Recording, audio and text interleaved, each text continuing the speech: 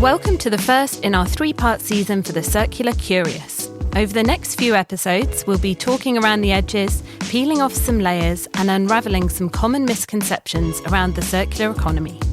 I'm Emma Elobeid, and this instalment of the Circular Economy Show is all about sustainability. You might be thinking, hold up a minute, isn't the circular economy just another word for sustainability? Well, actually, no. Given that many of our guests we have on the show talking about their work in the circular economy have what I'm calling the S word in their literal job titles. Head of Sustainability at H&M Group. Sustainability Coordinator. The Environmental Sustainability Manager. The Senior Vice President of Sustainability. Chief Sustainability and Social Impact Officer. First Chief Sustainability Officer. Chief Sustainability Officer. Chief Sustainability and Government Affairs Officer. The Senior Director of Sustainability. Professor of Design Methodology for Sustainability and Circular Economy. Head of Sustainability. Senior Director for Sustainability Initiatives. Clearly, there are overlaps. But until today, we've never before explicitly explored the crossover. But first, I guess we should go back to basics. What is sustainability? The word, the field, the practice. What indeed is the circular economy? We'll look at some of the overlaps and some of the points of difference. And finally, because I like to finish on an existential note, we'll ask, does it even matter? So, maybe the easiest way to do this is with a simple, plain English definition. Well, not so easy, since there are over 300. Here's Lou to run us through the main ones. Hi, Em. Thanks so much for introducing me into your poddy. You're right, there are literally hundreds of definitions out there. That said, most of them seem to stem from two core ideas. First one, the UN.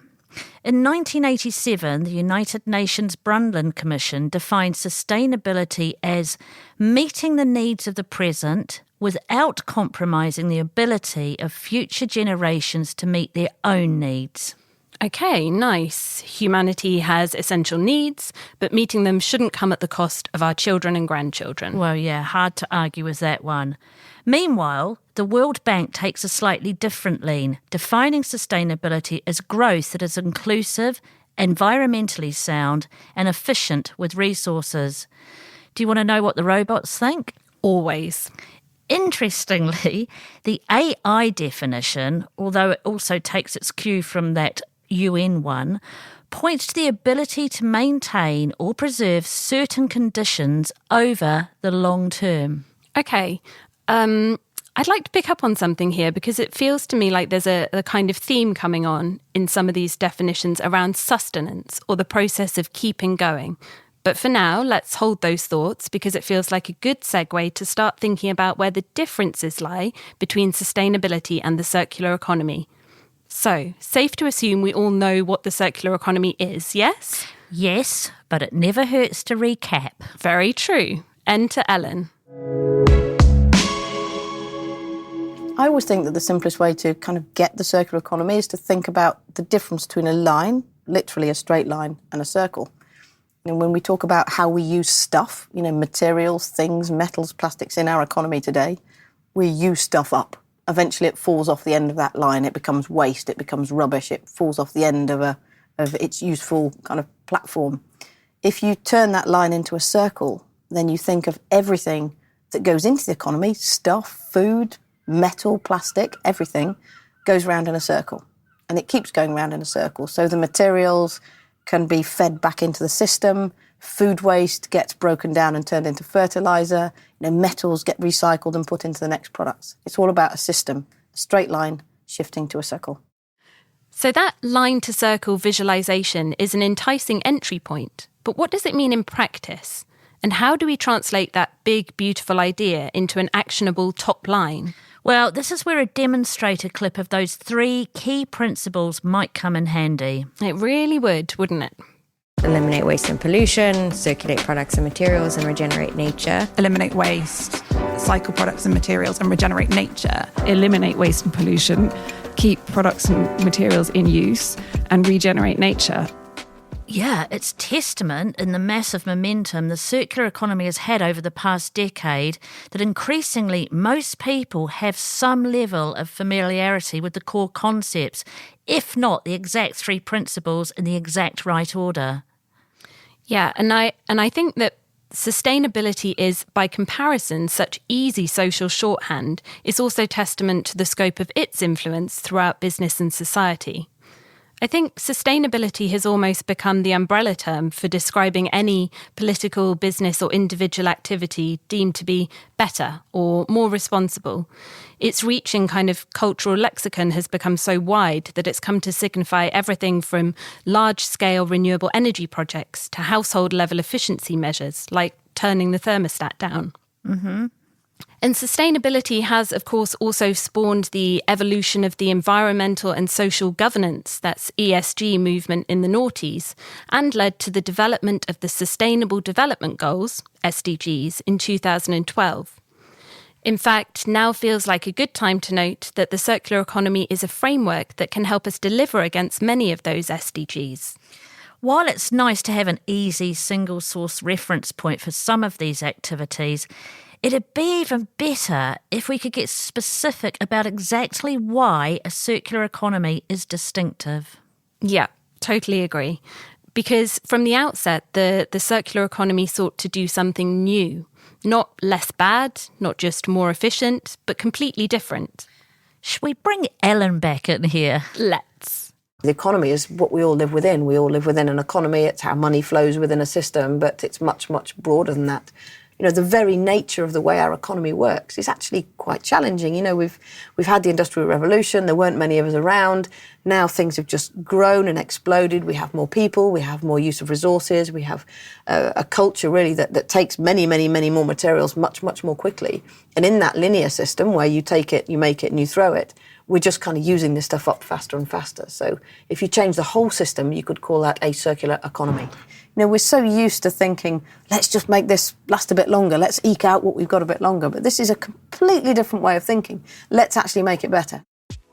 A story or a memory I hear a lot from those who have been at the foundation longer than me is that when it first started out, the question they asked themselves was, what's the goal for our global economy? So it was never just about using fewer resources until we eventually run out or stop making things. The brief has always been more ambitious than that. So it was that really core question of what does good actually look like that led to the circular economy. Yeah, and I think it's that central thread of more good over less bad that forms the core of this difference to sustainability. Yeah, it's a subtle but really significant difference. Yeah, I've also heard it told by way of metaphor quite a lot. There's one about a cliff, one about relationships, another about a bathtub. Definitely use the bathtub one. So that is basically if your bathtub was overflowing, you wouldn't just get a bucket and start bailing all the water out, or even just pull out the plug so the excess could drain away. You'd turn off the tap. Well, that's a compelling image, but is it quite right? It's got the right intent, treat the upstream cause, not the downstream symptom, but there's something a little simplistic about just saying, stop. We need jobs, we need a thriving economy. So it misses that systems-wide perspective, I think, and leaves out the considerable circular economy opportunity. So would you say maybe it's more redesign the plumbing system? I mean, look, I think we could unpack sustainability at a word level almost endlessly. What all these stories kind of hint at is a slight implication of business as usual but less bad, and it's that feels at odds with the intention of a circular economy as being about doing much, much more good. Yeah, we often see this play out in the great recycling debate, don't we? Which is probably one of the activities that for a lot of the population springs to mind when they think about sustainability, and maybe even when they think about the circular economy. Yeah, and this is one of those really big questions that we engage with a lot. Here's a clip of our colleague Seb from an episode not too long ago exploring this exact thing. Pretty sure the episode was called Big Questions too. Very well remembered. It's a very common conversation when I say to people, I work in circular economy. People say, well, yeah, I like recycle my cardboard. I recycle this thing. And very often that's the first conversation with businesses. They'll say something along the lines of, okay, so yeah, we're thinking about how can we recycle our products. And as Sarah said, that's not a bad thing, but actually you're kind of starting at the wrong point in the way in which you're thinking about the solutions that are out there. Like for for starters, like you can't really recycle effectively unless you design the product differently from the outset anyway. So you have to think about what's going into the system. And secondly, actually recycling is effectively how we take materials and return them back into the system. But if you think about the foundations, or people might be familiar with the foundations kind of butterfly illustration, what we kind of know is that things like reuse, redistribution, remanufacturing, they require less energy, less labor to return, to keep things in use at a really high value, or circulate products and materials, the second principle of the circular economy. So the answer is obviously that recycling is a good thing, but it's almost quite helpful to think about it as the last resort for a product, a material, a component, as opposed to the starting point when we have the conversation. This conversation is a very familiar one to us all, I think. And part of the distinction from sustainability, whether we're talking about recycling or any other kind of broadly sustainable activity that finds its focus on the symptom side of the fence, is that a circular economy asks, at a material level, at a product level, at a business model level, and at a supply chain level, and across industries and the entire global economic system, how can we redesign things for the better, not just avoid the worst? In sustainability's defence... That makes it sound as though I've been sustainability bashing. Not bashing, myth-busting maybe. Okay. In sustainability's defence, maybe it's unfair and borderline reductionist to define sustainability as reducing the negative impacts of the current linear economy. I agree. I also think it's that the circular economy goes beyond a concept. It's an economic framework with real-world application that works within planetary boundaries. But isn't that more or less the UN definition of sustainability? Meeting the needs of the present without compromising the ability of future generations to meet their own needs. Yeah, I think there are definite commonalities in intent rather than there being, massive ideological chasms between the two. And that's what makes this conversation so nuanced. For me, it's more that the circular economy helps us to tackle the triple planetary crisis in a very actionable way across multiple sectors and multiple scales. We've spoken about how sustainability can be easily misinterpreted, and about how, by contrast, the circular economy can offer a clear and coherent framework for economic transformation. Are we saying, then, that the circular economy is almost immune to that kind of scope creep or message dilution? I mean, sadly not, Lou. I think that's kind of the nature of, human nature. The bigger an idea or a framework gets, the more chances there are for things to get a little fuzzy around the edges. This is a real danger then, as the big idea of a circular economy continues to gain momentum and reach ever outwards. I definitely think it's something to be aware of. And actually, when Colin sat down with circular economy and cradle-to-cradle expert Katja Hansen recently, this is a risk that she raised specifically. Circular economy is pretty much going the same way that sustainability is going. Originally, sustainability was defined by the Brundtland Commission, and there was a report that defined sustainable development. Then it was popularized, and now everything is sustainable, the same as everything is green. And you can drive trucks through the holes in that approach. And unfortunately, what we have seen in the circular economy as well is that business has jumped onto it as just another word for doing business as usual. Well, that doesn't sound too promising. No, and I think Colin pushed back a little on this point. I can see what she's talking about in terms of definition erosion. There was actually an academic paper published in the last few years where I think they said there was 144 definitions of a circular economy they found. So let's not deny it. There is definition erosion. And I think that's inevitable as a consequence of the popularization of the term circular economy, that there are a lot of bodies out there who've seized upon the idea, and they've seized upon the idea in different ways. So some see circular economy purely as a recycling initiative or recycling 2.0, or a way of just doing business as normal without really changing how they operate.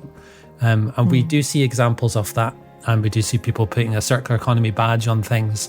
And I think that can be troubling because the that's not the way we see a circular economy. We've got higher ambitions for how a circular economy should operate at the Ellen MacArthur Foundation, and I think we're always quite clear about what those ambitions are and about how we define it, and we're trying to shape conversations so that other people are defining it in the same way. So what Colin is saying there is that on the one hand, there is an inevitability to people picking up the idea of the circular economy and applying it in ways that are not entirely aligned with our vision. But on the other hand, it's important we don't get too hung up on the exact way in which words are being used. Yeah, and I totally agree with that. Words matter. They really do. But in order to take the circular economy from niche to norm, we're going to have to get more hung up on the outcomes than the prefix. So the circular economy needs to go beyond the circular economy. It needs to go beyond sustainability too.